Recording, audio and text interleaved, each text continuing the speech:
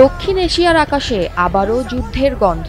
শনিবার রাতভর বন্দুক, ড্রোন আর মর্টারের গর্জনে কেঁপে উঠেছে আফগান পাক সীমান্ত।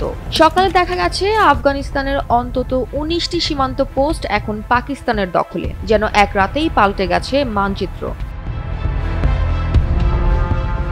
জিও নিউজের এক প্রতিবেদন থেকে জানা যায়, পাকিস্তানি সেনাবাহিনী হঠাৎ করেই রাতের আধারে একযোগে আক্রমণ চালায়। দুরান মেলা, তুর্কমানজাই, কুনার, চাগাই, শহীদান সহ একে একে এইসব সীমান্ত পোস্টগুলোর পতন হয়। সংঘাতের সময় এসব পোস্টে কয়েক ডজন আফগান সেনা নিহত এবং আহত হয়। তাদেরকে ফেলে রেখেই আফগান বাহিনীর বাকি কর্মকর্তা ও সদস্যরা পালিয়ে যায় বলে জানিয়েছে পাকিস্তান সেনাবাহিনী।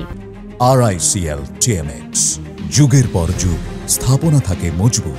একজন পাক সেনা কর্মকর্তা দাবি করেছেন, এটি ছিল একটি প্রতিশোধমূলক অভিযান, আমরা শুধু সতর্কবার্তা দিয়েছি।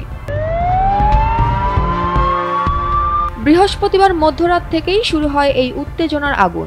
আফগান রাজধানীর কাছে একাধিক বিমান হামলা চালায় পাকিস্তান। তাদের দাবি, সীমান্তের ওপারে আশ্রয় নেওয়া এক সশস্ত্র গোষ্ঠীর নেতারা পাকিস্তানে হামলার পরিকল্পনা করছিল। এই হামলায় বেশ কয়েকজন গুরুত্বপূর্ণ নেতা নিহত হয়েছেন বলে ধারণা করা হচ্ছে। তবে আফগান সরকার বলছে, এটি আমাদের সার্বভৌমত্বের উপর সরাসরি আঘাত।